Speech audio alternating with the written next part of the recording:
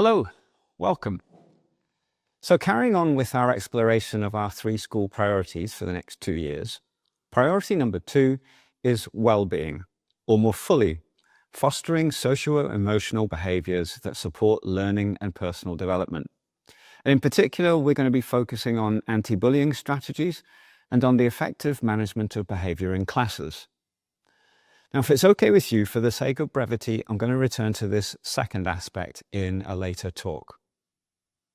So, throughout my career as a school leader, I've come across a lot of people looking for a new school.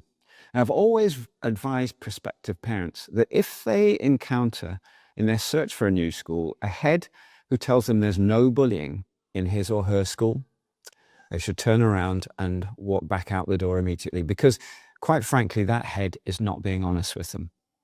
The truth is that human beings are competitive animals, and while this can often be a positive thing, one of the main downsides is that wherever there are large groups of us, there'll always be the potential for bullying. At the TBS, we define bullying as the practice of acts of physical or psychological violence intentionally and repeatedly. Right now, we're working to redraft our anti-bullying policy involving all the stakeholders in our community. We're also bringing online anonymous bullying reporting platforms.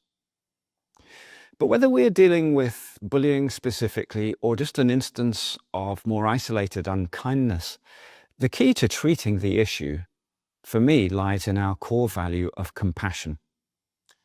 As a parent and an educator, there are some principles which underpin my approach to dealing with poor behavior. I'd like to share them with you. And the first, and I believe this passionately, is that there is no such thing as a bad child. Children will misbehave. They will be naughty, at times even sadly unkind. Now, I'm not saying we should accept that poor behavior, but we must understand that it is intrinsically bound up in the growing up process. Overreaction is unhelpful, even counterproductive. Behavior lapses will occur, and when they do, we must treat them as powerful learning opportunities. At the TBS, we take a restorative approach to dealing with these issues. It's a word and an approach that I find is often misunderstood. Restorative, for example, is not the same thing as reciprocal. It's not an Old Testament eye for an eye approach. On the other hand, it doesn't mean an absence of sanctions, as some people tend to assume. The most important things are these: that the transgressor understands what led to the lapse, reflects on why bad decisions were made, and reflects on the negative impact that poor behavior had on others.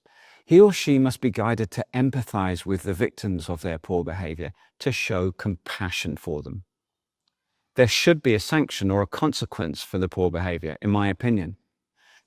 But once real remorse is shown, and this again I believe passionately, there must be genuine forgiveness. Again, there's no such thing as a bad child.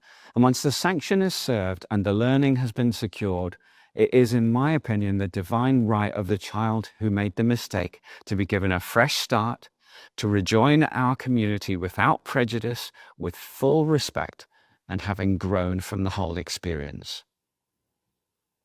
I'm sure many of us have been deeply touched by the recent passing of Pope Francis, who said this: "The ability to be forgiven is a human right.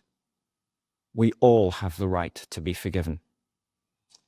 And if that's true for us adults who, after all, have the learning and experience to know better, how much truer should it be for our children?